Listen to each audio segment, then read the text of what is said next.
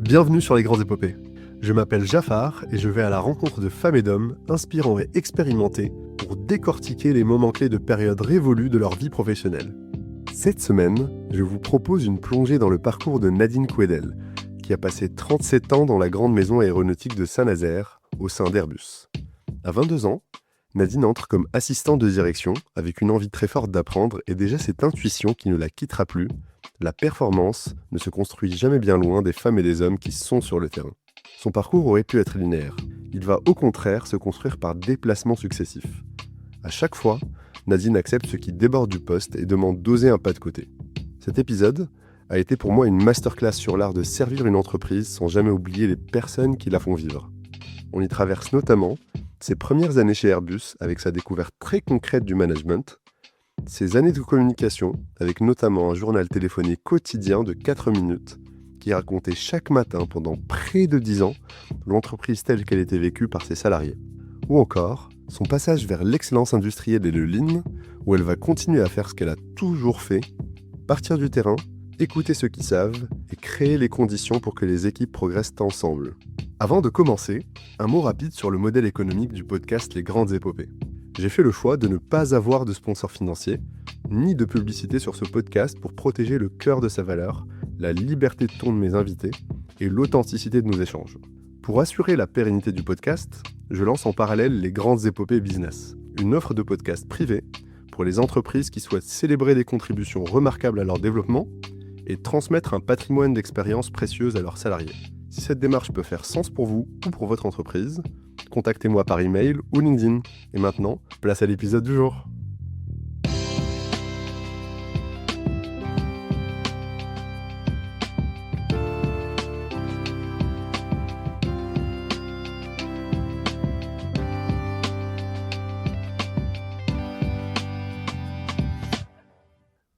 « 1982, vous avez 22 ans. C'est votre premier jour au sein de la Société nationale industrielle aérospatiale qui deviendra Airbus. Qui êtes-vous à ce moment précis ? Eh bien, je suis Nadine, j'ai obtenu mon BTS assistante de direction et je rentre dans la grande maison pour moi qui s'appelle aérospatiale, avec toute la magie qu'il y a à le dire sous cette forme.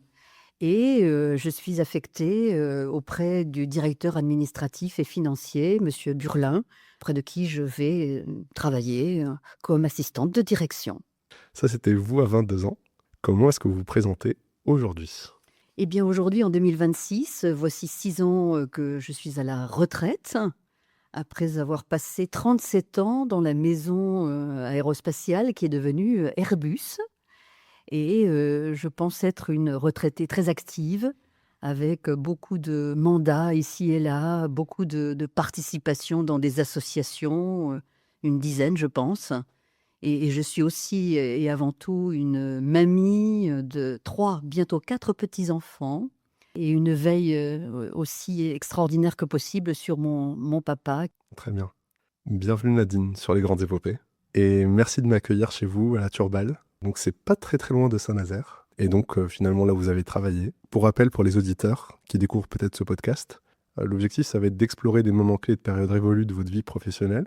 Et ce que je vais chercher à comprendre, c'est comment vous les avez vécus à l'époque, mais aussi aujourd'hui avec le recul qui est le vôtre, qu'est-ce que vous en retenez en termes d'enseignement, de retour d'expérience, pour vous, mais aussi pour les auditeurs. Donc je tenais une nouvelle fois à vous remercier de témoigner à ce micro.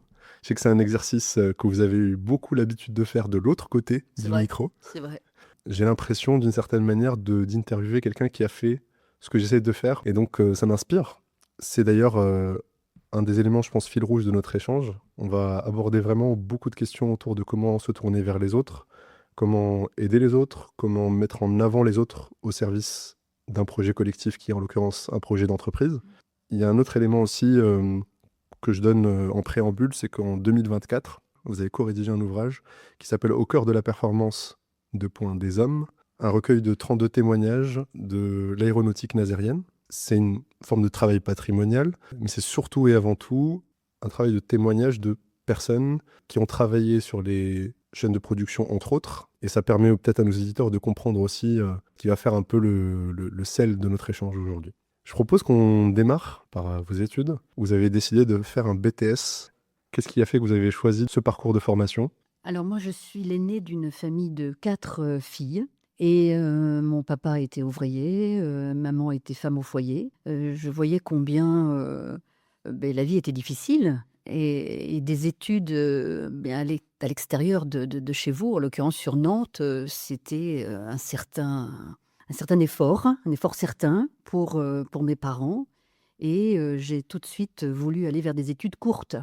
Avec, l'envie, nichée derrière quand même de me dire, bien si, hors temps de travail, je peux compléter ces études-là ultérieurement, je le ferai. Et effectivement, je l'ai fait, arrivée dans l'entreprise aérospatiale, puisqu'on m'a donné l'opportunité, bien de m'inscrire au cours de l'IAE, Institut d'administration des entreprises. Et puis j'ai eu aussi la possibilité de suivre des valeurs du CNAM, Conservatoire national des arts et métiers. Ce choix-là, en fait, de la formation continue, vous l'aviez déjà en tête au moment de décider de faire votre formation initiale ou c'est quelque chose que vous avez découvert a posteriori? Les 2, les 2. Je pense que vous vous dites quand vous arrivez dans la grande entreprise que pour bien la servir, il faut être, au top des connaissances et des compétences. Donc ça, c'est dans votre volonté initiale et puis vous vous rendez compte qu'effectivement il y a ce type de formation-là. Donc, unissons les 2. Et si on revient rapidement sur ce choix de formation BTS, j'ai envie de creuser quand même cette partie-là parce que pour moi, elle dit déjà des choses de qui vous êtes. Cette sensibilité finalement à ce qui vous entoure, en fait, avec votre écosystème à ce moment-là familial. Dire vous êtes l'aîné, vous décidez de faire ce choix-là, c'est un choix 100% personnel ou c'est un choix qui est quand même un peu orienté, discuté en famille?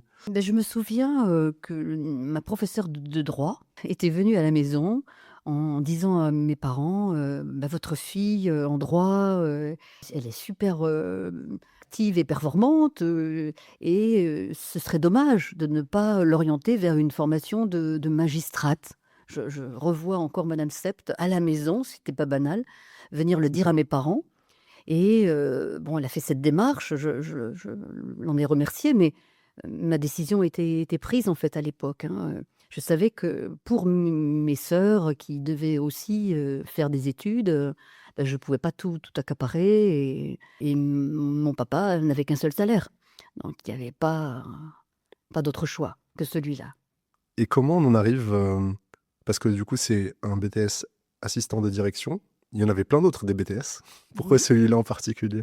Je sais pas, la volonté de servir, oui, un directeur dans ses fonctions, du quotidien, avec peut-être cette, arrière-idée que, en fonction de la personne sur, qui vous tombez, il y a peut-être, un élargissement des missions confiées OK. et j'ai eu cette chance. Monsieur Burlin, mon DAF, en fait, dont je dépendais, il m'a ouvert les portes très grandes de la responsabilisation. Il avait, la volonté de créer le CNAM à Saint-Nazaire, le fameux Conservatoire national des arts et métiers qui est bien connu. J'ai trouvé l'idée très pertinente parce qu'on est aussi sur des cours hors temps de travail, qui servent, une belle cause, celle d'apprendre, et de toujours, vouloir pousser les portes de la connaissance et ce directeur a eu l'opportunité d'être muté sur Paris en me disant: «C'est dommage parce que le CNAM, il n'est pas encore tout à fait, finalisé sur Saint-Nazaire, est-ce que vous voudriez bien vous en charger?» Oh, chouette! C'est quand même un coup du sort parce que l'intuition de départ qui est de dire: «Je vais faire une formation», finalement une formation qui me permet d'être bien positionné pour éventuellement avoir des opportunités d'ouverture, ce qui est quand même déjà une preuve de maturité professionnelle assez forte à cet âge-là. Enfin, de se dire qu'il y aura peut-être ça et du coup de vivre ça, Mais c'était géant, enfin c'est de incroyable. de vivre, le CNAM, puisqu'il fallait tout faire. La grande idée, elle était bâtie, hein, celle de s'implanter, sur Saint-Nazaire, mais la communication auprès, des Nazériens et autres communes avoisinantes sur ce qu'était le CNAM, il fallait la faire. Le recrutement des professeurs, l'accueil des auditeurs, enfin bref, tout était à faire. La gestion aussi des enseignements, lancés, pour les premières années. Et voilà, j'ai pris mon petit bâton de pèlerin et j'ai fait ce travail après mon travail aérospatial. Donc c'était en fin de journée. Je quittais l'aérospatial et j'allais rejoindre le CNAM. Et je travaillais aussi le samedi matin pour que le CNAM puisse ouvrir la première année avec une centaine d'auditeurs J'en étais fière et D'accord. 7 ans après, quand je l'ai quitté, nous étions, enfin, ils étaient 700 auditeurs. Voilà, donc je Ouais. c'est un beau petit parcours C'est un beau et passage à l'échelle. oui et cela, c'est pas vous seulement, hein, on n'est jamais seul à faire cela. C'est une équipe que vous arrivez à fédérer autour de vous. Là, en l'occurrence, les professeurs, les auditeurs qui vous font confiance, enfin, c'est formidable de travailler comme ça, quand vous vous sentez, épaulé et vers un objectif qui est noble, quoi. La Et connaissance, pour le plus grand nombre. peut-être une question là-dessus, sur, la volonté initiale de créer une antenne, du CNAM. Est-ce que c'était une volonté, quand même au départ très interne de dire en fait on veut avoir de la formation continue pour les collaborateurs de l'entreprise ou c'était déjà dans une dimension, Non, c'était plutôt dans globale? une dimension globale D'accord. pour que l'écosystème puisse, profiter, largement des bénéfices de cet enseignement hors temps de travail. Donc ça veut dire que quasiment dès votre premier rôle dans l'entreprise, vous avez déjà 2 dimensions. Vous avez une dimension interne avec votre métier, à la journée et puis une dimension ouverte vers, l'écosystème local, le vendredi après-midi, le samedi matin, le soir et cetera. Et oui, parce que ça vous donne de l'énergie. Mmh. C'est formidable d'avoir, tout cela à faire, un terrain à défricher et un CNAM à lancer et à réussir en fait. C'est l'objectif que vous vous donnez. Il y a pas d'autre choix.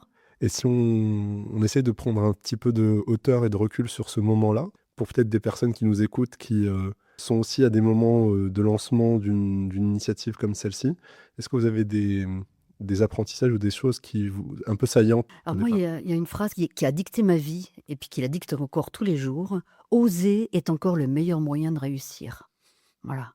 Il y a rien d'impossible en fait, pour qui, s'en donne les moyens. Voilà et en l'occurrence, de s'entourer des gens qui vont bien, d'avoir au fond de soi cette énergie aussi, pour donner, imaginer aussi, visualiser, à quoi ça va ressembler et puis, fournir le travail nécessaire pour y arriver. C'est vrai que derrière, il y a tous ces auditeurs qui ont pu, grandir dans leur métier, dans les entreprises, nazériennes et autres, et ça, c'est un challenge, qui est mobilisateur en soi. C'est sûr et puis, ça ouvre tout de suite l'esprit, j'imagine, aux autres en fait finalement, aux autres entreprises, de enfin on va dire de la zone, Oui. aux autres métiers, Oui, que j'allais voir ouais. les entreprises. Le vendredi après-midi, j'allais démarcher les entreprises, locales pour leur faire connaître le CNAM, la bonne idée que d'y, convaincre leurs salariés, de pousser la porte, hein, pour, justement être formés et faire en sorte que les entreprises soient plus fortes de par, les compétences que les personnels allaient y acquérir. Et cet épisode-là se termine comment? Alors, il se termine, avec mon mariage puisque je me suis, mariée. Des choses sont possibles quand vous êtes célibataire Oui. et quand vous décidez de former une famille, vous vous rendez compte que ce travail, cumulé là, ça va plus être possible. Oui, il faut revoir en fait, le sens des priorités disons. Voilà, exactement. OK, Ouais. très bien. Bon. Si on revient du coup à ce qui s'est passé en parallèle, parce que le CNAM, pour que les auditeurs aient bien en tête, hein, c'est en plus de votre travail. Mmh. Vous démarrez, donc au sein de cette direction financière, en tant qu'assistante de direction. C'est quoi un peu vos prérogatives, en tout cas vos 1res années et comment petit à petit vous évoluez dans l'entreprise? Alors je suis assistante, du directeur, effectivement quelque temps. De 82 à 85 et en 85, je suis nommée responsable des moyens bureautiques. Alors il faut se replacer dans le contexte de l'époque, Bien les sûr. moyens bureautiques, en 85, waouh! C'était, des choses qui ont disparu. Téléx, télécopie, le courrier que vous allez chercher à la poste dans des gros sacs et que vous, dépouillez ensuite, à mano, c'était, un secrétariat central, enfin, ou plus exactement un pool dactylographique, les machines de traitement de texte n'étaient pas encore arrivées. Les appels directs, n'étaient pas possibles. Quand vous appeliez quelqu'un de l'extérieur, il vous passiez par le standard, mmh. Il y avait aussi, un gros pool, de tirage de plans, de reprographie, l'archivage, un ensemble de services en fait, dont j'ai été, responsable avec, une trentaine de salariés, qui composaient l'équipe. Quand on y pense, c'était une organisation dans l'organisation parce que tout ce travail-là, pour beaucoup qui étaient manuels aussi, ça nécessitait du coup pas mal de personnes et pas mal de méthodes. Et donc finalement, il y a plein de process, il y a plein de choses à améliorer, il y a plein de problèmes. Exactement. Mm. Et là, vous avez bien compris, Jafar, que c'était un autre terrain à défricher. Voilà. Parce que c'est géant de se dire, ben, on vous confie un service et on vous le confie pour ben, le gérer. Et vous vous dites comment mieux faire. Enfin, c'est logique, hein, comment faire quelque chose d'encore plus utile et plus efficient. Et j'ai appliqué, sans le savoir, le lean management en restructurant le service, en proposant des idées nouvelles, en ayant à cœur bah, d'aller vers l'innovation, y compris pour ces services des moyens généraux, hein, Mhm. qui sont parfois bah, non pas enfin, en tête de gondole dans les entreprises, quoi. Mm. Pour moi, c'était important que l'on démontre bah, l'efficacité aussi. Donc, remplacer le téléx, la télécopie par autre chose, la reprographie par des appareils photocopieurs décentralisés, le pool dactylographique par un service décentralisé. Enfin, tout ça, ça me paraissait de tomber aussi sous le sens que de bah, me retrousser les manches et puis de voir comment être oui, plus efficace. En fait, ce qu'on réalise peut-être pas aujourd'hui, c'est que c'était un maillon nécessaire de la chaîne de valeur parce qu'en fait, toute la communication interne de l'entreprise passait par ce service-là. En fait, vous serviez tout le monde, c'est-à-dire Mm. très nettement sur toutes les communications, sur tout ce qui se faisait. En fait, on peut pas faire sans ce service-là. On peut pas faire sans le courrier qui arrive de l'extérieur. Et Dieu sait s'il était important. On peut pas faire sans les appels à traiter bah, qui sont aussi importants. Vous avez raison, oui, c'est un service qui représente une valeur. Je dis ça à dessein parce que ce que moi j'ai découvert en préparant cet entretien avec vous, c'est aussi votre sensibilité à ce qui a vraiment de la valeur dans l'entreprise, sur le chemin critique de la valeur, et qui parfois n'est pas forcément, pour reprendre le mot injustement, aussi valorisé et mis en avant et compris. Mon sentiment, c'est que ce moment-là, il est assez fondateur aussi parce que vous êtes au cœur d'un service qui est nécessaire et en même temps qui vit des transformations exceptionnelles compte tenu de la poussée technologique. Et donc, vous allez finalement vivre ça déjà vous, avant de le faire pour les autres, quoi. C'est ça, c'est ça. Il y a plusieurs changements. C'est d'être bah, responsable d'une équipe, déjà, hein. C'est pas rien. C'est découvrir le management. Et puis, c'est découvrir aussi que bah, de ce service, il faut en faire une œuvre utile et respectée. Voilà. Et donc, c'est plusieurs enjeux pour quelqu'un qui a 25 ans. Et forcément, ben, en découvrant le management, vous faites de belles choses, vous en faites sûrement de moins bonnes parce que on a la jeunesse, on a la fougue, on a l'énergie et on pense que les salariés qui sont là et qui ont une cinquantaine d'années, bah, ont la même finalement. Alors que vous allez, aussi, apprendre à gérer les peurs, les leurs, parce que les machines nouvelles qui sont arrivées et bien, pour elles, ça voulait dire, «Attention, j'abandonne ma machine, pour, quelque chose que je ne connais pas». Donc grand changement pour moi. Tout ça, vous apprenez sur le terrain. Vous apprenez dans un regard que attention, ah oui, vous êtes convaincu, mais en face, les yeux vous disent que, ah, bah, c'est pas aussi évident que cela et vous devez faire avec ces yeux qui regardent pas forcément, comme vous. Hmm. Donc vous apprenez énormément, enfin, Oui, donc très vite confronté en fait à cette altérité et à ces situations chez l'autre qui bousculent, quoi, d'une certaine manière. Finalement, c'est ce qui se produit dans plein d'endroits d'une organisation, hein. C'est juste que là, c'était très fort quand même, à ce moment-là, précisément dans ces organisations-là. Et vous, à ce moment-là, vous étiez sensible à ça. En tout cas, vous avez commencé à développer quelque chose. complètement, Mm. complètement. Je savais que l'entreprise qui voulait, aller vers, bah, davantage de perfo, hein, bah, elle devait aussi, s'accaparer de cette nécessité d'être, meilleure, sur, les coûts, la qualité, les délais, dans tous les services, y compris dans le mien. Et si on parle d'un chantier qui est une transformation significative, le service de secrétariat décentralisé, est-ce que vous pouvez nous expliquer concrètement qu'est-ce que c'était et c'était quoi les principaux freins et les enjeux? Eh bien, c'était, quand je suis arrivée, hein, un pool dactylographique. Donc vous imaginez plusieurs femmes qui sont derrière, une machine à écrire classique et qui travaillent pour, des managers qui viennent leur apporter dans ce pool dactylographique-là, des travaux, à dactylographier. Voilà, et c'était, un symbole fort, hein, ce pool dactylographique-là, hein. C'était les managers qui venaient, vers, les dactylos pour apporter un travail. Enfin bon, il faut se mettre dans la peau de ces personnes qui étaient, valorisées sous cette forme. Le manager vient vers moi Mmh.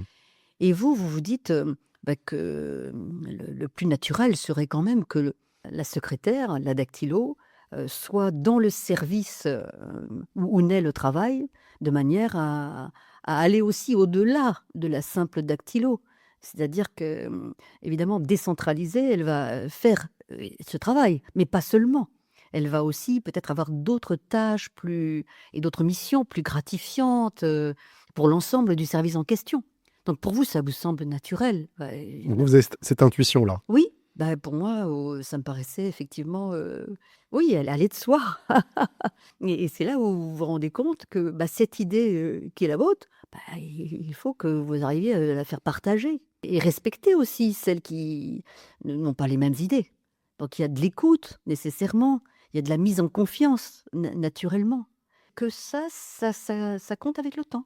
Bah, je pense que l'arrivée des moyens modernes, dont j'ai parlé, les machines de traitement de texte là, a été quelque part, une belle opportunité parce que les femmes ont découvert assez vite que c'était assez facile et puis que ça leur facilitait, oui, ô combien la vie de tous les jours.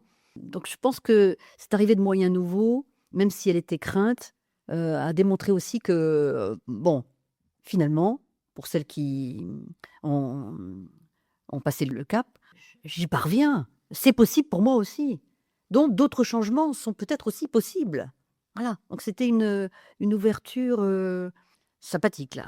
Donc d'une certaine manière, en fait, c'est un exemple qui a servi le propos sur l'ouverture des équipes au changement. En fait, on s'adaptait au périr, hein. On sentait bien que l'évolution était nécessaire, hein, comme elle l'était en production. Donc les moyens généraux, la bureautique devait aussi évoluer. On voyait le Minitel arriver, enfin, le studio audioconférence aussi est arrivé, la sélection directe à l'arrivée des appels. Donc tout ça, ça vous met dans une mouvance, de changement où naturellement vous vous dites, «Il faut y aller quoi, hein». Et là arrive un moment, en 88, où vous avez cette idée, ce projet de communication, un projet d'information, journalière. C'est le directeur, enfin le responsable de la communication, de l'époque, qui, bah, venait voir, évidemment, les services, dont le mien, et qui m'avait parlé, de son journal téléphoné qu'il animait, et très vite, il m'avait demandé si j'acceptais le matin, de bonne heure, de lire le journal qu'il avait pu préparer, D'accord, OK. et je trouvais que c'était encore novateur. Why not? Et je lisais avant mon travail à la bureautique, le journal téléphoné de ce responsable de la communication, et quelque temps après, la direction de l'entreprise m'a confié la responsabilité du service communication, avec l'idée de faire vivre ce journal téléphoné quotidien, mais pas seulement, puisqu'il y avait d'autres supports, de communication, donc le journal papier bien sûr, et puis la vidéo qui est arrivée un petit peu après, enfin bon, tous les supports que vous pouvez imaginer en communication interne. Très clair. Et vous l'aviez vécu comment justement à ce moment-là, ce passage-là? Ah bah, comme, les autres, mouvements, et mobilité interne, quelque chose de nouveau. Donc forcément quelque chose qui peut, stresser, mais quelque chose où vous vous dites, «Bah, j'ai peut-être une part à jouer». Oser est encore le meilleur moyen de réussir.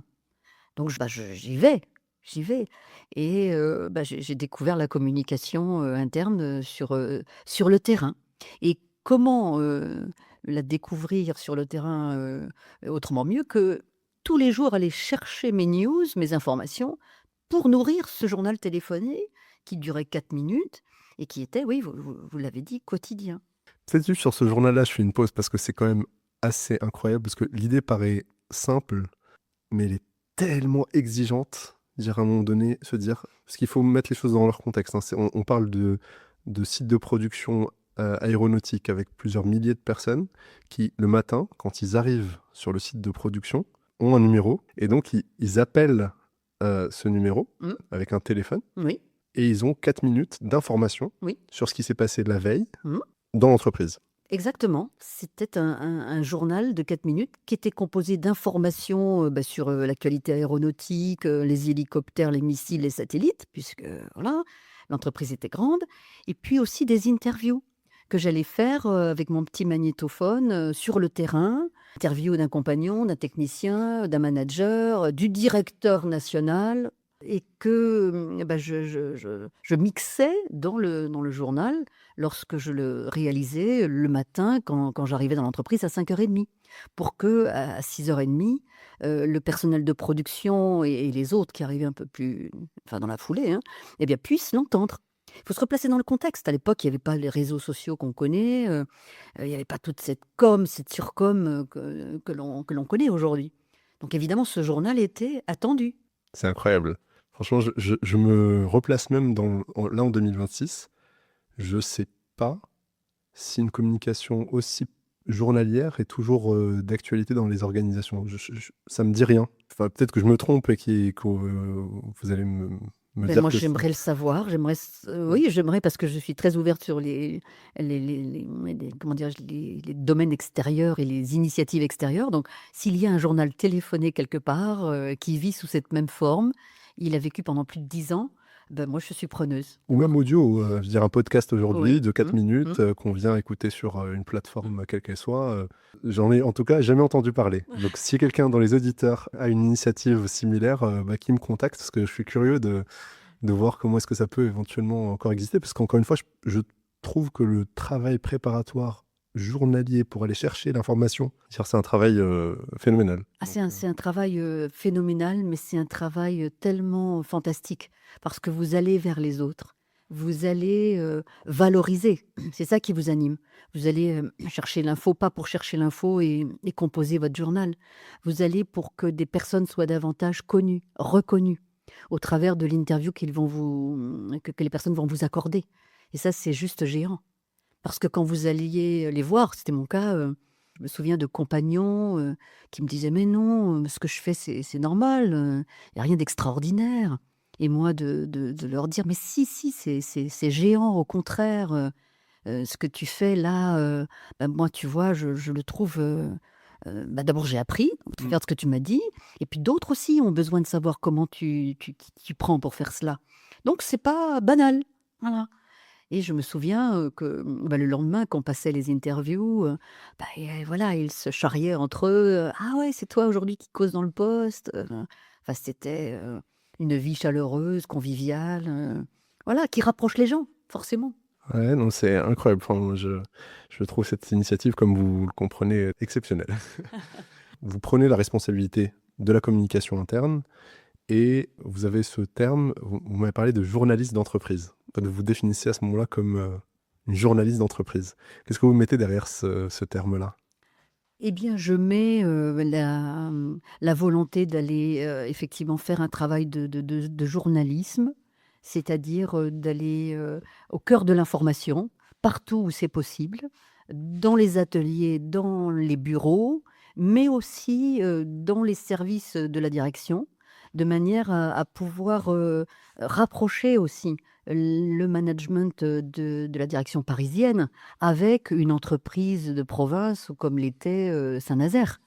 Voilà, et c'est cette volonté de servir aussi du frais en information aux salariés, pas de réchauffer. Donc cette exigence que vous vous imposez en fait, hein, d'aller chercher des informations variées qui traduisent, la vie de l'entreprise et ses évolutions, hein, puisque la communication, ça sert à ça, c'est raconter aussi, c'est du patrimoine, hein, ce qui s'y passe pour donner envie, pour qu'on fasse mieux son travail du quotidien.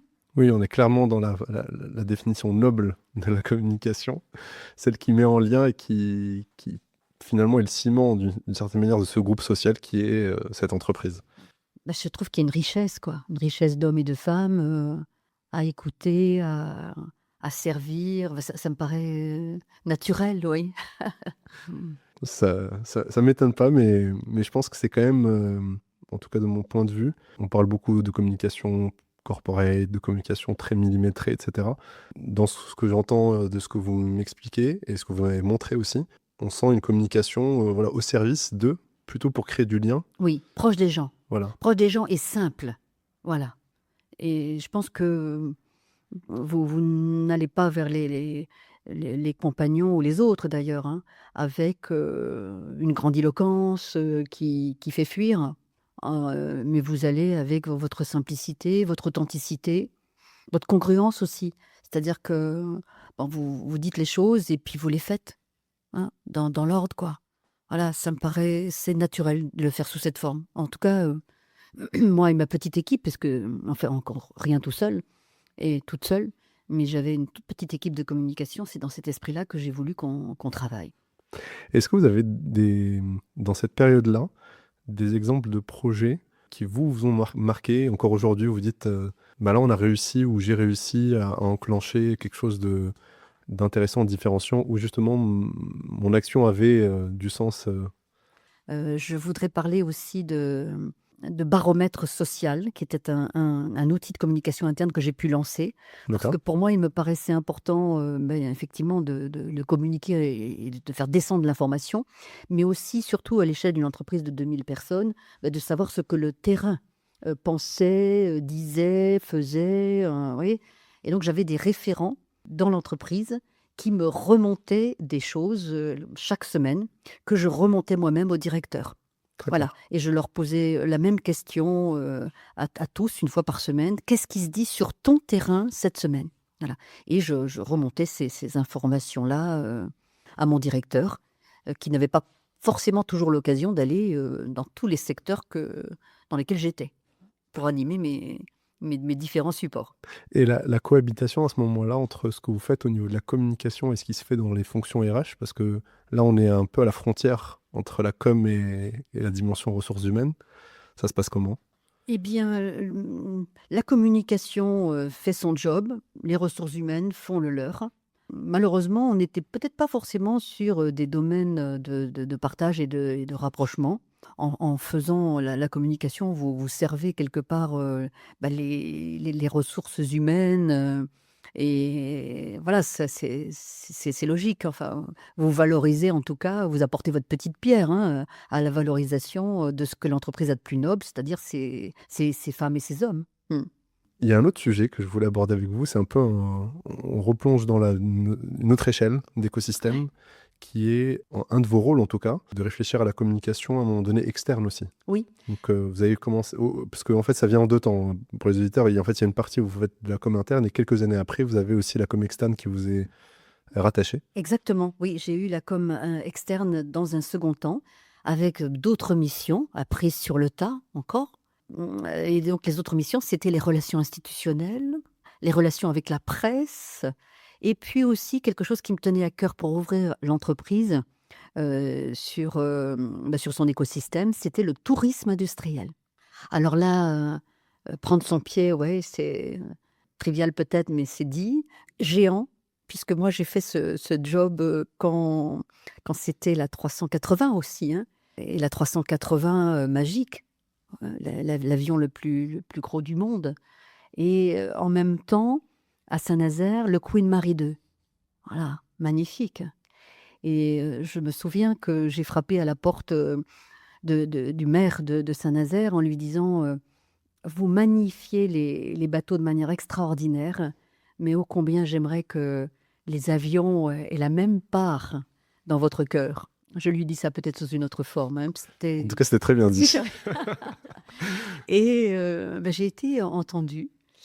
Et c'est super parce que l'entreprise Airbus s'est ouverte sur le monde. Pourquoi? Parce qu'on ouvrait nos portes au tourisme industriel. On a mis en place une organisation, plus exactement, pour que ce tourisme industriel vive. et que nos ateliers et le travail qui était fait soient connus, reconnus. Et ça a apporté aussi sa pierre à la création de ce tourisme industriel qui vit encore aujourd'hui une certaine, une autre. J'imagine. En tout cas, pour les auditeurs qui n'ont pas la vidéo, du coup, parce que le podcast n'est pas filmé, je peux vous dire que votre regard est pétillant quand vous dites ça. On voit la fierté. Oui, oui. Bon, moi, j'ai eu la chance d'appartenir à la maison Airbus. Donc, déjà, en soi, bon, ça se dit pas, quoi. Parce que vous imaginez bien comment c'est magnifique. Et la servir dans les métiers qui ont été les miens sous cette forme, libre. Parce que j'ai eu beaucoup d'autonomie dans ce que l'on m'a demandé de faire. Voilà, oui, je sais être reconnaissante de cela, oui. Mais d'ailleurs, parlons-en un peu de cette autonomie, parce que là, avant de passer au chapitre d'après, là, on est sur un bloc de votre vie professionnelle qui dure plus de 15 ans. La communication, la oui. communication. Oui, oui. Et c'est 15 ans où vous avez beaucoup d'autonomie. Exactement. J'ai beaucoup d'autonomie, beaucoup de liberté, vraiment dans tous les domaines. Je propose, je suis écoutée. Dans les idées que l'on évoquait tout à l'heure aussi, et pour dire qu'on ne fait rien tout seul, la création d'un réseau de correspondants de communication interne. Voilà, ça c'est une autre chose que je voulais signaler, qui est importante. Et c'est grâce aux patrons qui vous font confiance. Voilà, ça c'est formidable aussi. C'est la porte ouverte à on te fait confiance, vas-y. Et si tu as besoin de quelque chose, tu sais, on est là. On peut s'entendre, on peut se parler. Donc oui, ça m'a donné des ailes. Et dans cette dimension d'autonomie, souvent on se dit, en fait, la question qu'on se pose, c'est la question du cadre. Il y a un cadre, et puis après on est autonome dans ce cadre-là. Est-ce que vous avez défini un cadre, ou c'était vraiment l'autonomie carte blanche, quoi? Alors ça a été l'économie, carte blanche, pendant un certain nombre de temps et puis quand, Airbus est devenu une société, privée, les choses ont été un petit peu différentes, hein. Je sentais bien qu'on allait vers une période qui n'allait plus être la même en termes de communication. Le cours de bourse, flirtait au-dessus de ma tête. Et je sentais que voilà, il était important de faire ce qu'il fallait, enfin, j'ai toujours fait ce qu'il fallait, mais que ça prenait une autre dimension. Oui, Mmh. en effet.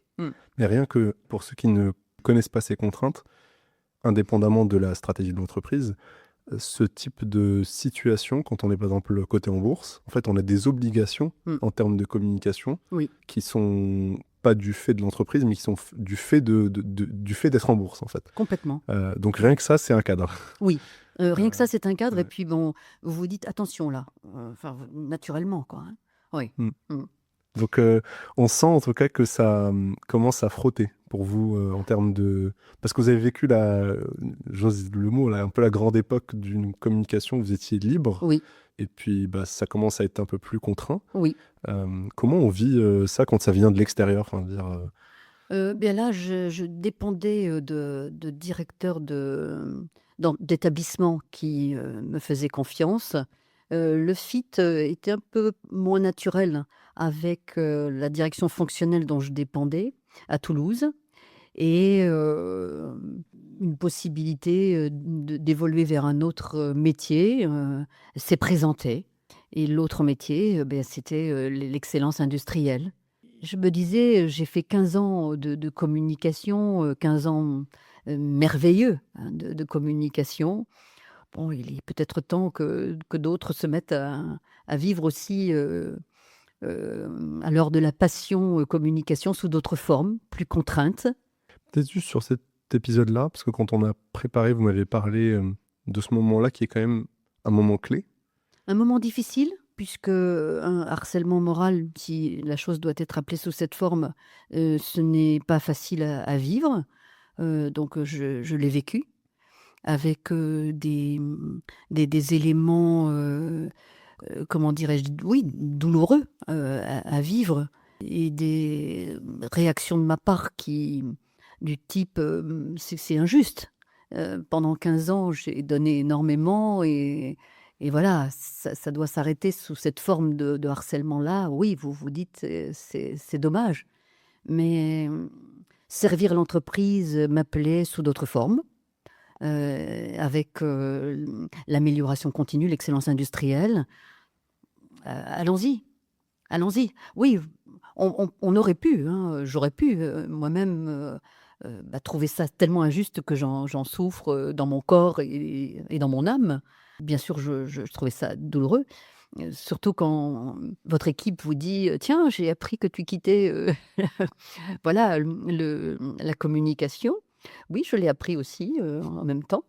Mais bon, Mm. voilà, il faut se tourner vers l'avenir et je dois pouvoir faire autre chose sous d'autres formats. Voilà. Très clair. Et en fait, ce qui va être intéressant, je le dis dès maintenant pour les éditeurs, c'est qu'en fait, vous allez faire quelque chose avec un autre format, mais vous allez utiliser très nettement les compétences et votre talent que vous avez développé sur la communication pendant toutes ces années-là. En fait, c'est ça qui est génial. C'est ça Oui. qui est porteur d'espoir aussi. C'est vrai. Bah, merci au patron, là aussi, hein, de m'avoir fait confiance et puis de m'avoir permis d'aller vers l'excellence industrielle. Pourquoi? Parce qu'il s'agissait de l'excellence industrielle. Donc Faut la définir, ouais. ouais, c'est l'amélioration continue hein, des process. On avait à l'époque un référentiel de management qui était connu des services de production et des autres. Des autres services techniques. Et ce référentiel de management, c'était une philosophie du management, hein, reposait sur 5 items Mhm. qui étaient les principes de management, le management des hommes, le management des processus, les ressources et la maintenance, et la relation client-fournisseur. Et donc cette philosophie du management avait plusieurs niveaux d'excellence. Mhm. Donc autrement dit, quand vous étiez manager d'une équipe de prod, vous commenciez avec votre équipe au niveau 1 hein, de l'excellence industrielle, en essayant de mettre en place les outils sur les 5 items en question. Et puis, quand vous aviez mis en place des choses, vous étiez évalué par vos pairs qui venaient, les pairs managers, Mhm. qui venaient d'autres entités de la société, donc de Toulouse, de Nantes, de Méholt, pour regarder ce que vous aviez fait, vous managers, et vous donner une note et un diplôme d'excellence à vous, manager, et à votre équipe. Et puis ensuite, vous progressiez vers le niveau 2, puis le niveau 3, qui était le dernier niveau, où là, vous ne deviez pas seulement mettre en place les outils, mais vous deviez démontrer de la performance. Voilà. Et mon travail, moi, c'était de faire, non pas connaître cette démarche parce qu'elle l'était déjà, mais c'était d'insuffler encore plus la nécessité d'aller vers cette perfo-là en embarquant les personnes, hein, le maximum de personnes, pour que dans les ateliers, ça fleure meilleur sur le plan qualité, coût, délai. Et pour que l'entreprise qui visait les 50% du marché mondial, déjà depuis un moment, l'obtienne. Puisqu'en face de nous, il y avait Boeing, il y avait les Chinois et tutti quanti, et on n'avait pas le choix, il fallait être performant. Donc voilà, l'excellence industrielle a été oui, et j'ai été aidée dans ce métier-là parce que je connaissais le terrain. C'est ça. Et le terrain me connaissait aussi. Voilà. Cela fait que quand vous allez vers ces mêmes personnes pour leur dire: «Là, j'ai plus de magnéto pour t'interviewer, mais j'ai la volonté de t'écouter sur tes problématiques pour, avec ma petite équipe aussi constituée en excellence industrielle, je vienne t'aider dans ton quotidien». Bon, voilà, les choses sont plus simples. En fait, je fais une pause sur ce point-là parce que c'est une idée qui peut paraître simple, mais c'est une idée fondamentale en fait dans tous ces concepts-là, que ce soit l'excellence industrielle, dans le lean, dans tous les concepts de management. Il y a toujours une sorte d'ambivalence, selon moi, où en fait on peut très mal le faire. Mm. En fait, on prend le même mode opératoire et en fait, ça peut être destructeur de valeur comme ça peut être créateur de valeur. Parfois, il y a cette idée de la posture initiale avec laquelle on fait les choses qui, selon moi, est un peu le point important Mm. pour faire, entre guillemets, même si c'est pas aussi basique et manichéen, mais pour faire basculer soit de la destruction, soit de la création de valeur. Mm. Et en fait, ça, vous l'aviez, peut-être aussi parce que c'est votre manière d'être, mais aussi surtout parce que vous l'avez expérimenté des centaines de fois avant Oui. qu'on faisait de la com interne. Mm. Et j'aimerais bien que vous nous expliquiez un peu ça, parce que je pense que là, moi, je le dis, je suis un observateur, mais vous l'avez vécu. Est-ce que vous avez ressenti que C'était finalement ce que je dis là, c'est-à-dire à ce point important en fait pour pouvoir passer de créer de la valeur à détruire de la valeur, ou je me fais peut-être un peu des films. Vous connaissez l'objectif de l'entreprise, effectivement d'être, plus performant. La concurrence est telle que donc ça, vous le mettez bien en tête. Vous savez que les compagnons ou les techniciens, enfin vos collègues, ont cette même actualité et vous n'avez de cesse que, de mener des actions pour, aller, confirmer que cette perfo-là, elle est atteignable et puis qu'elle nous permette de gagner en pouvoir quelque part aéronautique, à l'échelle du monde. Bien sûr. Voilà. Et ensuite, il faut, regarder les atouts qui sont les vôtres pour y arriver. Et les atouts, c'est pas d'arriver, avec la cabane, excellence industrielle, et en disant aux gens, «Vous devez y arriver par la porte ou par la fenêtre». C'est, là aussi, de respecter ce qui est déjà fait et de saluer ce qui est déjà fait pour, là aussi dire, «C'est bien, mais on doit maintenant aller vers ce step nouveau-là». Et je pense que ce travail-là, pédagogique, hein, Mhm. il ne peut l'être qu'en respectant évidemment les personnes, bien sûr, et en faisant confiance, dans leur énergie, aussi bien que la vôtre, pour, pouvoir aussi soulever des montagnes. Ça, c'est le terreau, en fait, avec lequel on fait les choses. Parce que sinon, vous faites peur et vous faites mal, peut-être moins efficacement les choses. Je dis pas qu'on les a fait, même en les faisant sous cette forme, de manière, voilà. Mais en tout cas, il faut être animé de cela pour que les choses changent résolument dans l'entreprise et soient pérennes surtout. Puisque sinon ce sont des changements de façade et ça dure pas. Et de toute façon, les personnels, ils sont pas dupes, hein. La manière, avec laquelle vous allez les voir, ils savent tout de suite si c'est de l'authentique précisément Mm. ou si c'est, du faux et du paraître. Là-dessus, pour comprendre, est-ce que par exemple, typiquement, vous avez d'une manière ou d'une autre dû conjuguer avec le risque d'être perçu comme justement quelqu'un qui, du fait de votre capacité d'écoute et création de liens, etc., comme aussi un véhicule finalement de ce qui arrivait d'en haut, quoi. Parce qu'on pourrait penser ça, on pourrait se dire, en fait, Nadine, elle est exceptionnelle parce qu'en fait, elle nous connaît, mais il y a quand même ce risque-là elle fait passer en fait des messages parce que c'est un bon véhicule, entre guillemets. Est-ce que vous avez ressenti ça à un moment donné ou... Quand c'était parce que ça pouvait être le cas, Mhm. quand les personnes me le disaient, voilà, mais avec humour, Oui, oui. voilà, C'était clair, c'était simple, en voilà, fait. c'était clair, c'était simple, on se le dit quoi, entre 4 yeux, hein, non, il faut partir du postulat que les personnes, individuellement et collectivement sont formidables et que c'est en agissant avec, eux sous cette forme-là, de simplicité, d'authenticité, c'est vraiment cette manière-là qui amène des choses, véritablement de transformation dans l'entreprise et de changements structurels profonds. C'est les bases du Lean, hein, qu'on a découvert un petit peu plus tard, hein. Tout à fait. Voilà. Pas de factice puisque vous servez mal la cause, mais du vrai. C'est quelque chose que vous partagiez déjà, parce que vous n'étiez pas seul à faire ce travail-là dans l'organisation.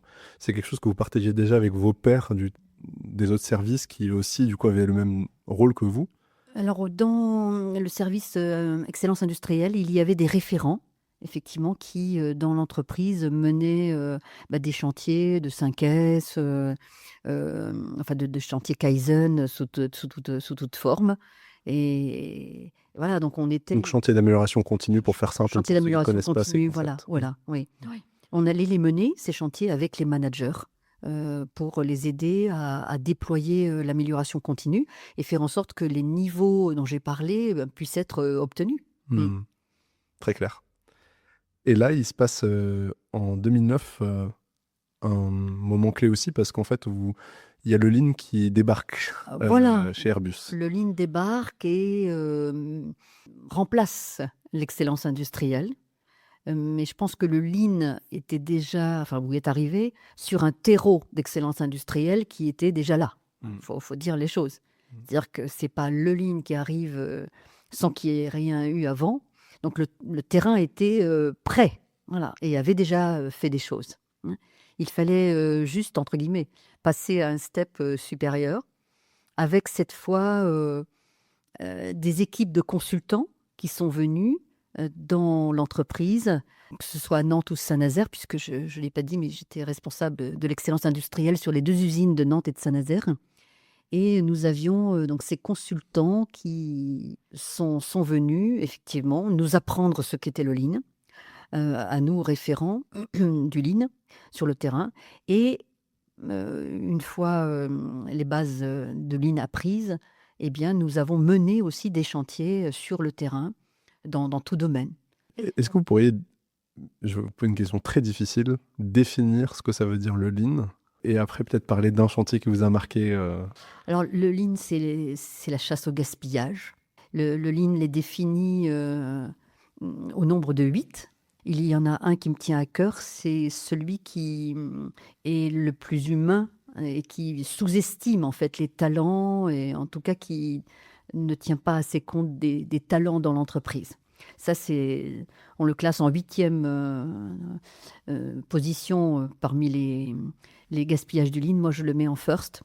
Tout ce qui est transport inutile, mouvement inutile, non-qualité, surproduction, surstockage, ben vous voyez, hein, c'est ça le lean. C'est faire la chasse à tout ce qui n'est pas de la création de valeur, hein, dans les ateliers, dans les bureaux. Voilà. Et nous avons mené des chantiers. C'est intéressant que vous dites le 8e et le premier. Pour moi. Et en fait, je me permets de rebondir parce que c'est une approche que j'ai aussi beaucoup vécue dans l'entreprise dans laquelle j'étais avant, Théodo, qui en fait est une entreprise qui a très vite en fait pris le chemin du lean, je dirais 3 ans après la création de l'entreprise. Donc c'est aussi c'est plus facile entre guillemets quand l'entreprise est assez jeune.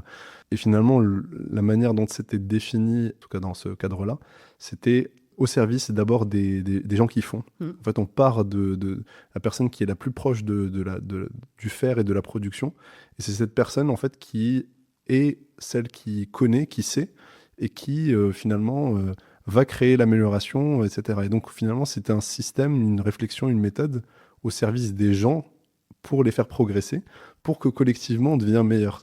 Oui. Donc finalement, c'est ça, c'est le 8 qui se passe au 1, c'est ça le plus important. Oui, oui. Faire confiance à ceux qui savent, à ceux qui ont des compétences, en l'occurrence chez nous, d'ajusteurs, de mécaniciens, d'électriciens. Hein, ce sont les métiers de base à Airbus, Saint-Nazaire. Et puis, leur dire déjà qu'ils ont ces compétences-là et qu'on peut, avec leur contribution, voir comment on peut améliorer leur quotidien. Et Dieu sait s'il y a des manières d'améliorer le quotidien. Ouais. Donc là, on voit encore le fil rouge, c'est-à-dire toujours partir des gens qui font, les valoriser, les comprendre et les aider à devenir meilleurs finalement. Complètement. Oui, c'est ça. En les respectant, vraiment. Oui. Et du coup, est-ce qu'il y a un chantier lean en particulier qui revient pour vous Alors, les chantiers 5S, c'était des chantiers mon terrain commando, hein, attention, avec les compagnons. On était très fort dans le débarrassage, vous savez, mais bon, il fallait aller jusqu'au 5e S, qui était celui de maintenir tout ce que l'on avait convenu de faire dans le quotidien. Mais oui, j'ai un souvenir de chantier 5S sur l'A320 à Nantes. J'ai le souvenir aussi d'avoir lancé des QRQC, donc des Quick Response Quality Control, sur la peinture à Nantes aussi. Là, c'est la même chose, quoi. Écouter ce que le terrain vit, ses difficultés, et puis voir quels sont les services dans l'entreprise ou extérieurs, mais qui peuvent les aider. Parce que là aussi, pour les auditeurs qui n'ont pas l'habitude de manipuler ces concepts-là, il y a une idée quand même clé qui est le rapport au problème. En fait, là, le rapport au problème, il est totalement différent. C'est plus un gros mot, c'est une occasion d'apprendre. Exactement. Le problème, ça ne se cache pas. Ça se dit, non pas pour être dit seulement, mais pour que l'on en cherche les causes, racines, et puis que l'on mette ce qu'il faut pour résoudre le problème en question sur la durée. Voilà. Parce qu'on ne fait pas dans le paraître, on fait dans quelque chose d'efficace qui tienne sur le temps. Je propose qu'on ne fasse pas forcément un trop gros chapitre sur le lean de manière technique, sachant que, petit teasing pour les auditeurs qui sont intéressés sur le sujet, Normalement, dans les prochaines semaines, il devrait y avoir un épisode sur les grandes épopées où ça va être un peu le fil rouge. Donc voilà, j'en dis pas plus. Donc je propose qu'on revienne sur la question de l'inspiration. Bon, on va pas complètement oublier Lynn parce que quand on a préparé cet entretien, vous m'avez parlé d'une rencontre d'une personne qui vous avait inspiré sur ces thématiques-là. Et je pense, encore une fois, sur les grandes épopées, pour moi, ce qui est important, c'est ce que la personne vit, mais aussi au travers de ce qui nous inspire, etc. J'aimerais bien que vous me parliez un peu de cette anecdote, cet épisode. J'ai organisé souvent pour les managers de l'usine des benchmarks vers d'autres grandes maisons, ou petites d'ailleurs, qui étaient performantes en matière de lean manufacturing. Et j'avais jeté mon dévolu sur une entreprise qui n'est pas la moindre, qui s'appelle Toyota, voilà, à Valenciennes. Et j'avais organisé un petit convoi pour que des managers m'accompagnent là-bas, sur place à Valenciennes, et qu'on découvre dans les ateliers comment était appliqué le lean et qu'est-ce qu'il y avait finalement au-delà des outils, parce que c'est bien là le cœur de la chose. Et je me souviens, dans l'amphithéâtre de Toyota Valenciennes, avoir eu la chance extraordinaire de rencontrer Didier Leroy, qui était le patron, voilà, et qui nous a parlé du lean, mais comme jamais j'avais entendu parler du lean, au sens humain. Voilà. Et je lui ai dit à la fin de sa présentation, je le revois encore dans sa blouse grise, avec le petit logo Toyota rouge. Je lui ai dit, écoutez, moi, la manière dont vous m'avez parlé me fait dire que ce serait extraordinaire si vous veniez parler au manager de l'entreprise Airbus Nantes-Saint-Nazaire quand vous le pourrez. Voilà. Il m'a écouté aimablement et j'ai bien sûr transcrit dans un mail le lendemain ma demande. J'ai attendu quelques mois, effectivement. On a bien travaillé avec son assistante parce que c'est un homme évidemment qui parcourt le monde. Et je ne doutais pas que la démarche ait pu lui paraître audacieuse. Mais il est venu. Il est venu. Et je revois encore l'amphi bondé de manager Airbus Nantes-Saint-Nazaire. Écoutez cet homme qui vous parlait du lean, avec toute la noblesse qu'il faut accorder au respect des personnes, parce que c'est le pilier qui va bien, quoi, hein. C'est d'abord avec les hommes que l'on fait en les considérant.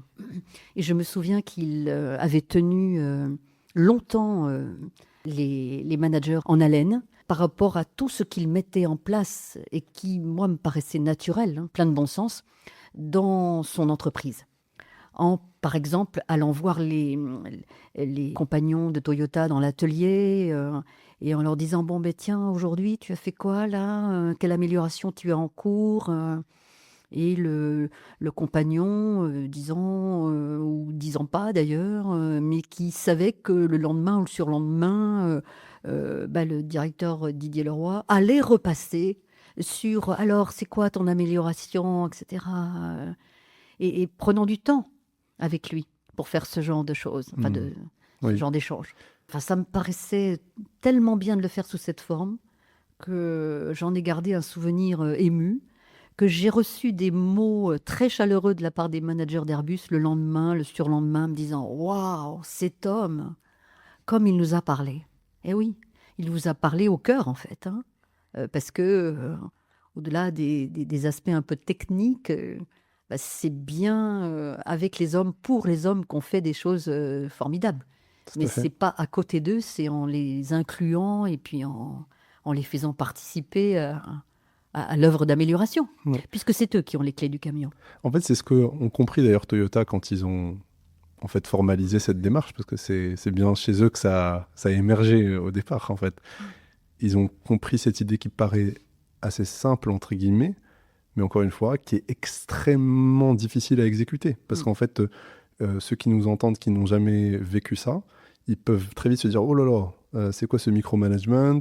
Oh là là, c'est quoi ce patron qui vient sur le terrain ?» Et donc, forcément, la personne, elle a peur, elle ne sait pas quoi dire, elle a l'impression d'être fliquée, etc. Alors que c'est pas du tout ça, mais on peut penser que c'est exactement ça. Ouais. C'est là où j'imagine ce qu'il a dû dire et à quel point c'était du coup peut-être... c'est pour ça que ça a dû marquer, en fait, entre guillemets. Voilà. Mais vu le garçon, c'était c'est toujours quelqu'un d'authentique et on comprend qu'il ait eu la carrière qui était la sienne et qui reste la sienne. Oui, parce qu'il est aujourd'hui patron de Toyota Europe. Voilà.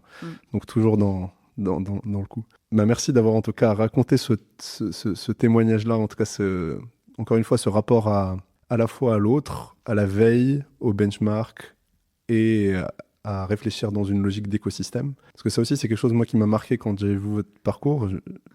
Des fois, on se dit, bon, une personne qui a été 37 ans dans la même organisation, bon, elle a vu globalement une organisation évidemment évoluer, on l'a vu là, mais on se dit, bon, bah, c'est la même organisation avec le même secteur, etc. Et en fait, vous, c'est tout l'inverse, c'est-à-dire que vous êtes posé sur des bonnes bases parce que vous connaissez votre organisation et en même temps, vous êtes tout le temps connecté au monde extérieur pour créer des ponts, comprendre ce qui se fait bien ailleurs, éventuellement faire bouger les gens chez vous. Donc, c'est super inspirant. Quand on parle de ce rôle-là que vous avez à partir de 2009, vous m'aviez parlé en préparant cette interview d'une initiative. Eh bien, donc après l'excellence industrielle et après les projets Lean, j'ai donc mené un autre projet sur la 340.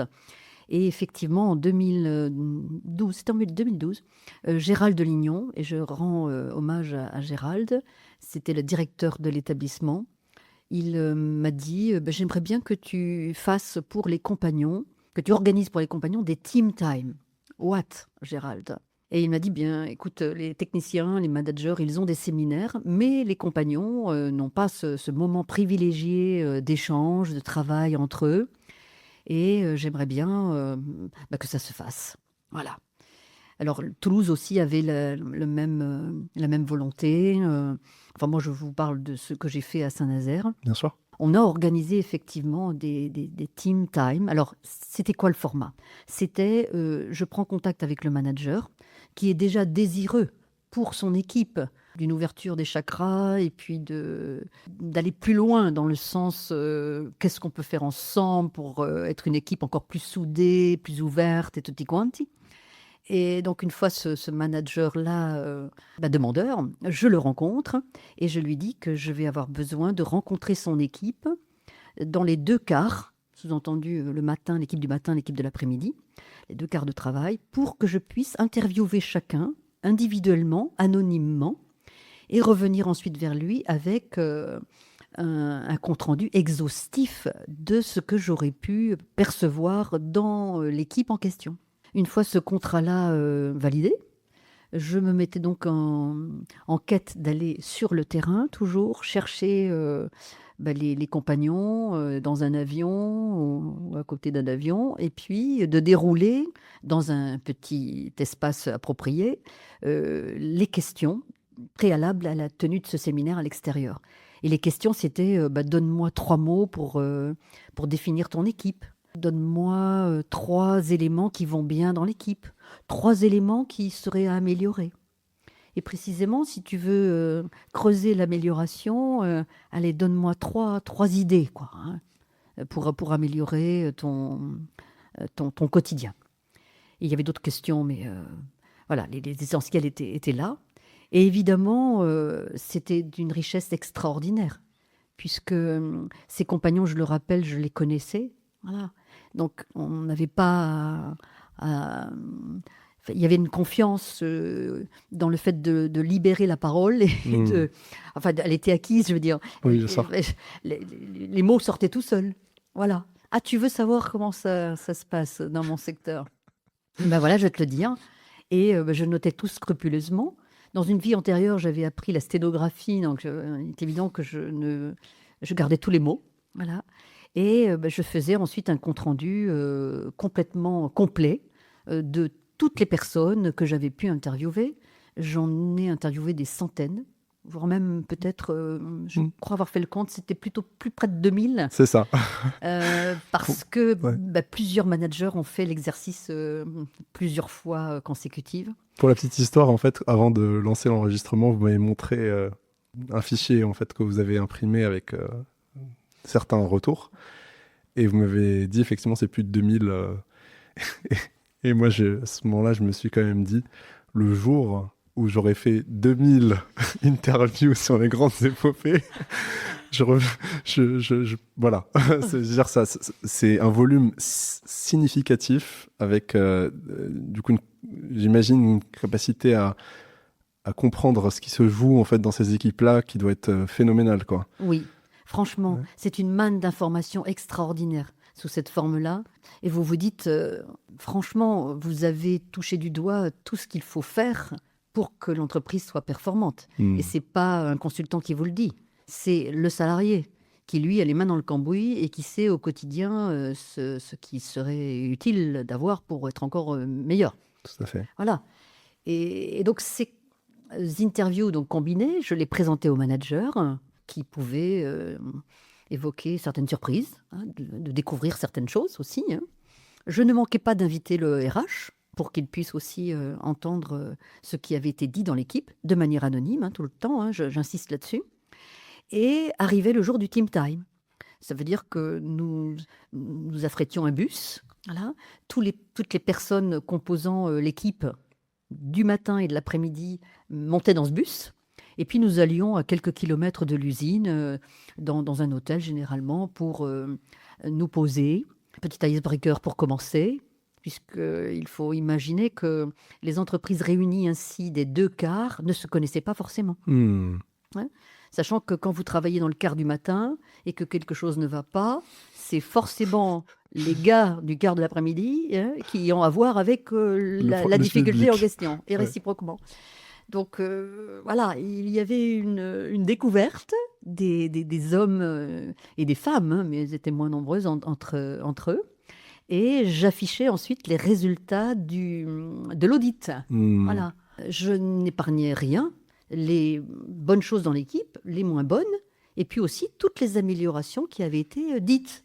Il s'agissait déjà de prendre acte d'un état existant Tout à fait. avant de pouvoir travailler en sous-groupe sur les améliorations sur lesquelles il y avait quand même une plus grande pertinence. Voilà. Hmm. Et les compagnons travaillaient entre eux. Je prenais la précaution de mixer aussi les gars entre gares. Entre quarts, bien sûr. Voilà. Et c'est là où on se rend compte que finalement, le collègue du matin et de l'après-midi, oui, c'est le même. C'est celui qui vient avec l'idée de bien faire et puis qui a des difficultés et qui veut qu'on les soulage, ces difficultés. Voilà.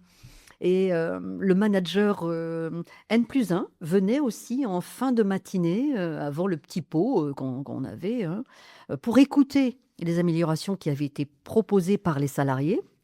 Et puis dire ce qui était possible de faire ou pas. Et le lendemain, le surlendemain, l'idée étant que ces travaux ça passe à puissent l'action. continuer et puis évidemment puissent faire l'objet d'actions concrètes, quoi. Voilà, c'était ça le team time. Et en fait, c'est incroyablement intéressant et simple. Et encore une fois, je vais le redire plusieurs fois, en fait, c'est très difficile à faire parce que c'est les chaînes de prod. Enfin, j'enfonce des portes ouvertes, mais pour bien avoir en tête. Si ça se faisait pas avant, c'est peut-être pour une raison. C'est que les chaînes de prod, en fait, on est sur la prod, on peut pas. Enfin, c'est dur d'arrêter ce qui se passe sur la prod. Donc, ça veut dire que si on fait ce travail-là, le coût, il faut que la valeur, elle soit au rendez-vous. Et c'est des personnes qui n'avaient pas l'habitude aussi de faire cet exercice-là. Complètement. Donc, ça donne quand même beaucoup d'enjeux, en fait, pour que ce moment-là fonctionne. Oui. Donner les clés du camion à ceux qui savent. Avec cet exercice déjà en train de le faire. Vous êtes compétent, vous travaillez l'avion, vous savez ce qui va pas. Dites-le nous, et puis ensemble, faisons en sorte que des solutions soient trouvées pour qu'on puisse, encore une fois, gagner des parts de marché et puis par rapport à Boeing, être toujours meilleur. Et ce qui est génial encore, là je reviens plutôt sur votre carrière à vous, c'est que ce team time, votre manager qui vient vous solliciter, en fait, encore une fois, c'était pas votre job. C'est-à-dire qu'en gros, vous aviez votre métier. Il vient vous voir pour quelque chose en plus. Oui. Et donc, vous dites, bon, c'est en plus, moi je prends.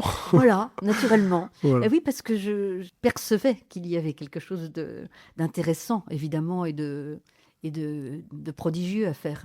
Mais ça devient presque un pattern, parce qu'à chaque fois, même dans le passé, à chaque passage de rôle, vous avez à un moment donné fait le pas de côté, accepté quelque chose qui était en plus, qui était différent, et en fait qui était finalement la préparation de la suite. C'est vrai, c'est bien vu. c'est bien vu, oui. C'est... Ouais, non, mais On c'est... pourrait presque croire que c'est fait de manière intentionnelle, et en fait, je sais pas d'ailleurs. Bah non, Est-ce je que pense non, pas, c'est non, je hasardeux. pense pas, mais Ouais, c'est effectivement, oui, un bon fil rouge, là. Ouais, ouais. ouais, ouais. Quand vous faites ça en plus, au bout d'un moment, bah, ça devient votre job. Ça devient mon job et ça s'élargit encore à autre chose. C'est-à-dire que mon dernier job à Airbus, c'était celui d'être responsable des compétences, celle de la production, de l'innovation et du management. Et en parallèle de ça, vous aviez rejoint un réseau, le réseau Germe. Oui, J'imagine qu'il y a un lien parce que je vais vous laisser d'ailleurs présenter l'action de ce réseau. Mais on parle de management et c'est en 2014 que vous adhérez à ce réseau. Donc ça, c'est un peu concomitant à tout ça. Est-ce que vous pouvez nous expliquer déjà comment ça se passe? alors le réseau Germe, pourquoi j'y suis entrée et pourquoi j'ai voulu résolument y entrer, c'est parce qu'avec ma casquette responsable management, je pensais bon d'aller chercher à l'extérieur des bonnes idées, des bonnes initiatives pour nourrir les managers d'Airbus. Voilà. Et c'est vrai que là, j'ai été gâtée, puisque le réseau Germe, mon groupe d'entraînement et de réflexion au management des entreprises, qui est un groupe national, permet à des managers comme moi eh bien de se former au management, mais surtout d'échanger beaucoup avec les managers qui sont adhérents sur les retours d'expérience des uns et des autres. Donc il y a beaucoup, beaucoup de bonnes pratiques là, qui passent entre nos mains et de manière généreuse, avec les belles valeurs qui sont celles du CNAM, d'entraide, de proximité, d'écoute. Enfin, ça a été un formidable moment. Oui.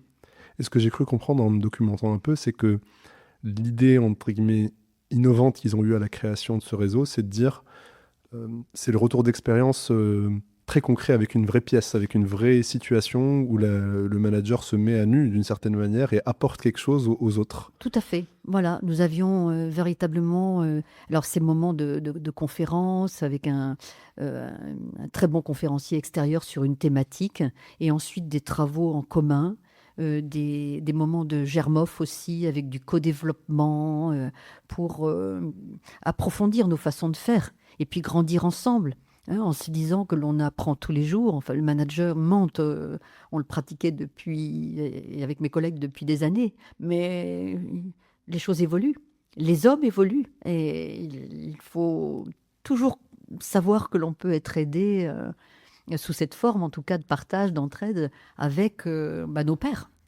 Est-ce que typiquement, vous pensez à une personne dans ce réseau-là qui vous a un jour soufflé une idée ou raconté un témoignage qui vous a un peu fait réfléchir, fait bouger Oh, c'était du permanent. Chaque moment était au top. Ouais, Ok. chaque conférence, il y a pas un moment, tous les moments étaient merveilleux, avec des conventions que nous avions aussi à Autran, à Carcassonne, qui étaient oui, mm, des grandes occasions à plusieurs de refaire le monde, hein, du management.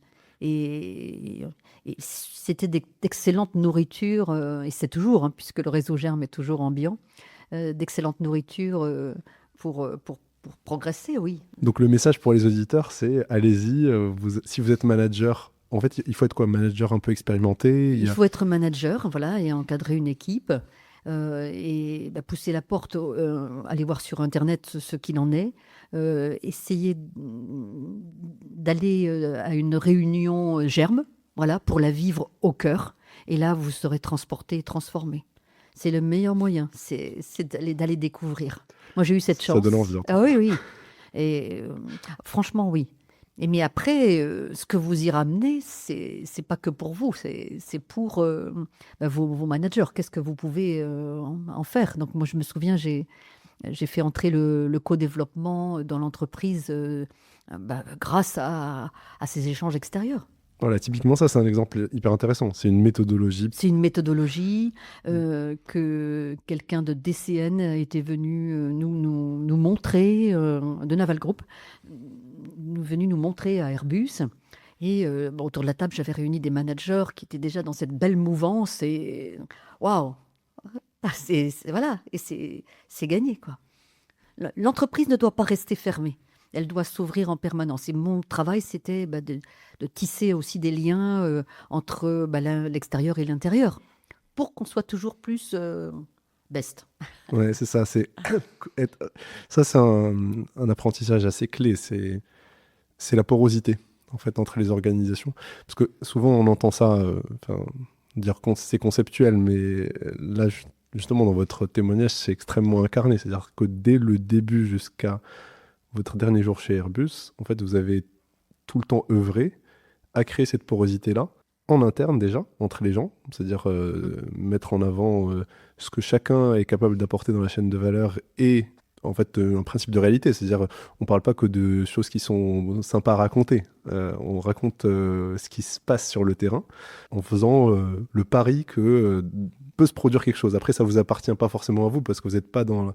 C'est pas vous qui faites. À ce moment-là, c'est les managers, c'est les équipes opérationnelles, etc. Mais vous êtes là, il y a un peu ce concept de servant leader, vous êtes au service d'eux, mais ça finit par créer des choses.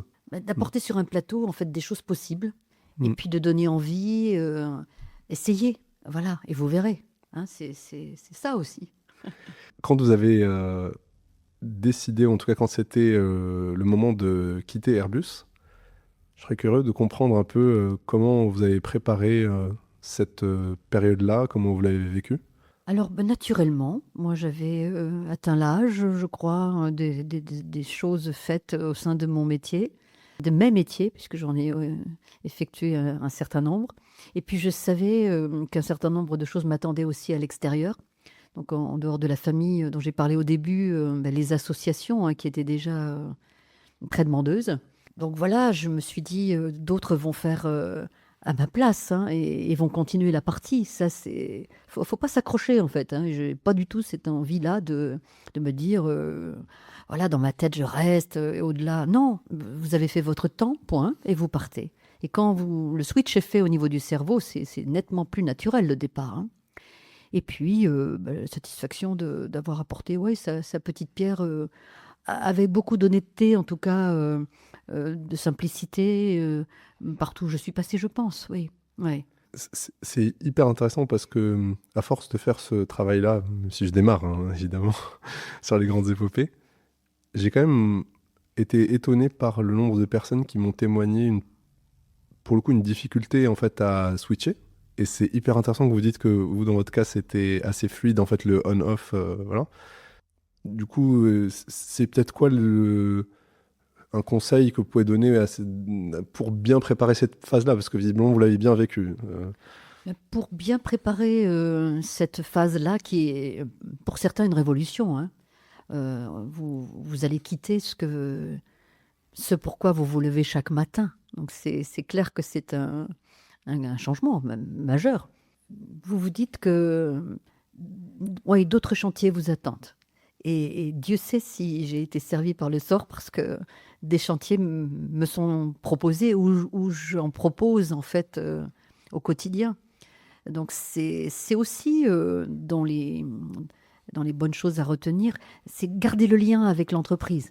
C'est-à-dire que là, moi, mon équipe, je continue de la voir, on continue de s'appeler, et ça, c'est bien. Il y a le livre aussi qui a été fait au cœur de la performance des hommes, voilà, qui m'a permis de revenir quelque part sur le terrain de l'aéronautique. Ce livre qui m'a pris un peu de temps quand même. Expliquez peut-être aux auditeurs la genèse de ce livre, qu'est-ce qui vous a donné envie de le faire? Alors ce livre, donc, qui s'appelle Au cœur de la performance des hommes, et qui est constitué de portraits de femmes et d'hommes qui ont appartenu à l'aéronautique autrefois. Donc des gens qui ont travaillé sur le Concorde, sur les premiers A300, vous imaginez, donc voilà. Ouh.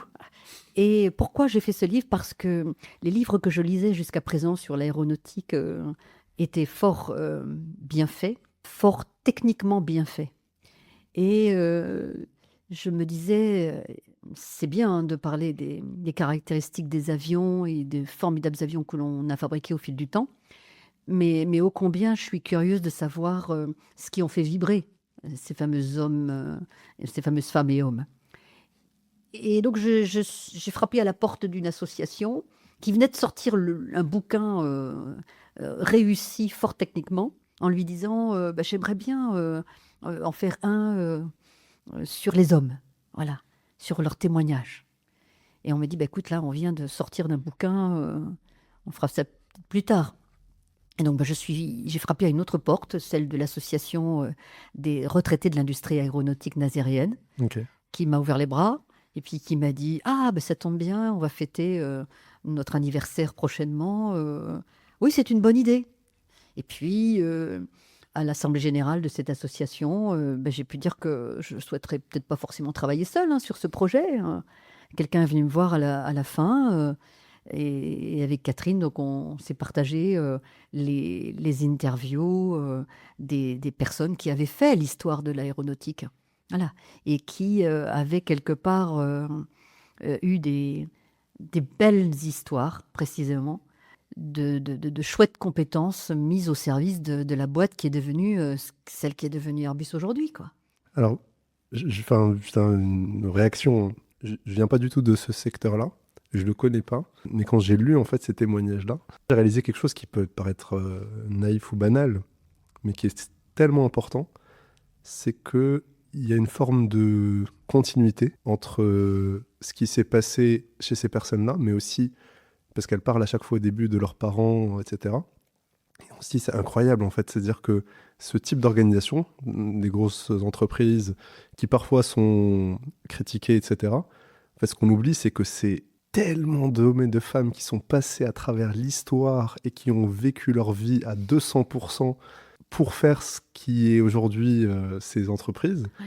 Et le fait de le lire, c'est bête, mais moi, ça m'a ému, en fait. Je me suis dit, waouh, quoi. En fait, c'est ça, multiplié par des milliers, voire des dizaines de milliers, voire des centaines de milliers à travers, du coup, les années, qui forge, en fait, qu'on voit aujourd'hui, qui est, en fait, un concept, hein, l'entreprise. Mais c'est surtout ça, en fait. C'est du patrimoine. C'est surtout ça. C'est du patrimoine humain. Voilà. C'est assez incroyable, quand même, de voir ça, enfin, de le percevoir. Oui, je voulais faire passer ce message de chapeau les gars, parce que sans vous, on n'est rien. Je parle de ceux qui ont fait l'entreprise hier et qui ont aussi eu des métiers qui n'étaient pas forcément dans les bureaux. Puisque pour les jeunes, peut-être aujourd'hui, Airbus égale magie égale ingénieur. Et moi, je dis Airbus égale magie, ok, mais égale aussi toutes les personnes qui, dans les ateliers de production, ont des métiers manuels qui ne sont pas assez connus, reconnus, et que j'aimerais bien voir, oui, davantage valorisés, partout où c'est possible. Alors, je crois que le présent me donne un peu raison. Les métiers manuels, dit-on, sont ou redeviennent d'actualité. Oui. Parce que c'est juste géant, quoi, d'imaginer tout le travail qu'il y a pour être ajusteur sur un A320 ou un autre avion aujourd'hui. C'est pas qu'une tôle d'aluminium, c'est vraiment toute cette perpendicularité, cylindricité qu'il faut maîtriser, tous les outils qui sont évolutifs, etc., et qu'il vous faut maîtriser, tous les process qui sont nouveaux. Aucun avion ne ressemble à un autre. C'est tout ça derrière la réalisation d'un avion.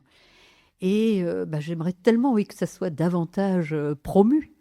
Donc moi, j'ai apporté encore une fois ma petite pierre en écrivant ce livre pour dire oui, merci les garçons, parce que vous avez fait le Concorde, vous avez fait les premiers A300 et aujourd'hui, on fait l'A350, demain on en fera d'autres. Mais que c'est un lien à travers l'histoire qu'il ne faut surtout pas oublier. On n'est pas aujourd'hui en 2026 dans un atelier de production sans savoir qu'avant nous, il y a eu des personnes qui ont bien bossé aussi et qui demain continueront aussi à bien bosser. Et je pense que quand on a conscience que dans une entreprise, il y a aussi cette transmission possible sous cette forme, je pense que ça rend plus fort, nécessairement. Je pense que ça oblige aussi. Enfin, je me suis pendant une seconde mis à la place de quelqu'un qui arrive aujourd'hui qui débute premier jour chez Airbus. Je me suis dit, s'il lit ces témoignages-là dans son onboarding, d'une certaine manière, il se dit, en fait, ce que je suis en train de faire là, c'est pas hors sol, en fait. C'est un geste qui est là dans la continuité de d'autres gestes qui ont été faits par le passé et qui ont permis ce geste-là. Et du coup, d'une certaine manière, je trouve que il y a le poids en fait de l'histoire, d'une certaine manière, qu'on réalise beaucoup plus. C'est vrai, c'est vrai.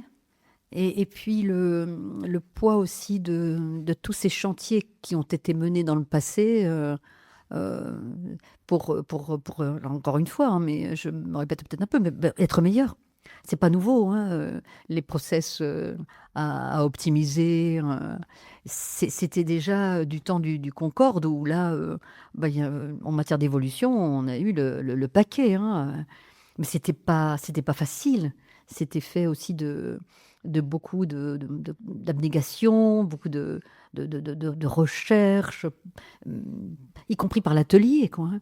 On, on ne savait pas. Donc on apprenait aussi sur le terrain. On apprenait en faisant, en défaisant et en réussissant à faire voler cet avion qui est juste géant.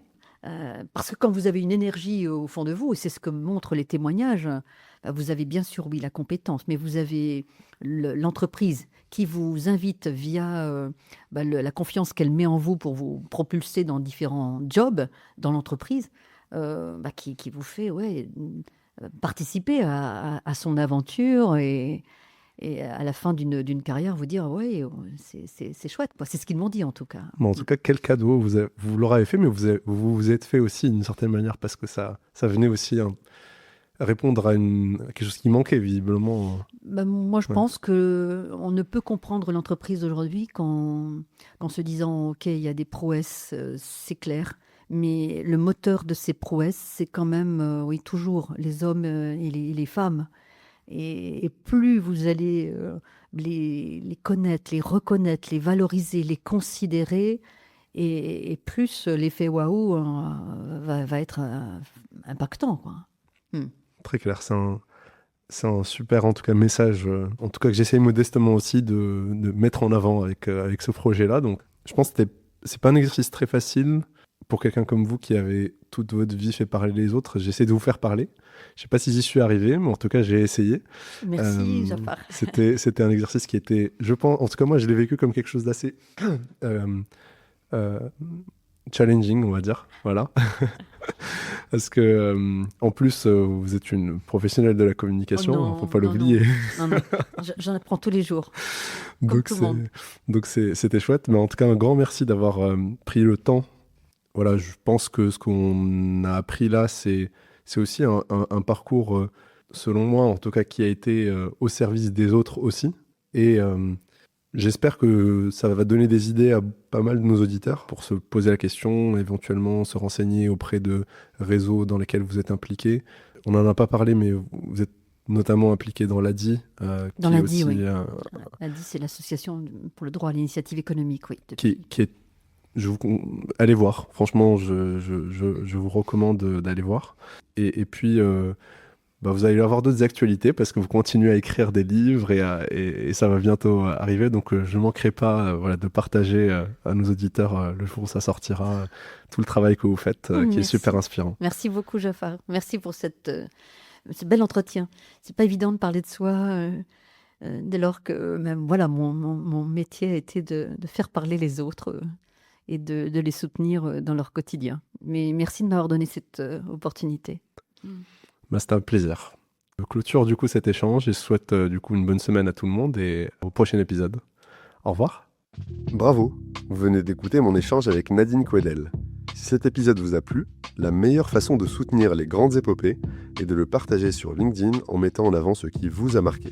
Pour ne manquer aucun épisode, abonnez-vous sur votre plateforme de podcast préférée et je vous donne rendez-vous dans 15 jours pour le prochain épisode.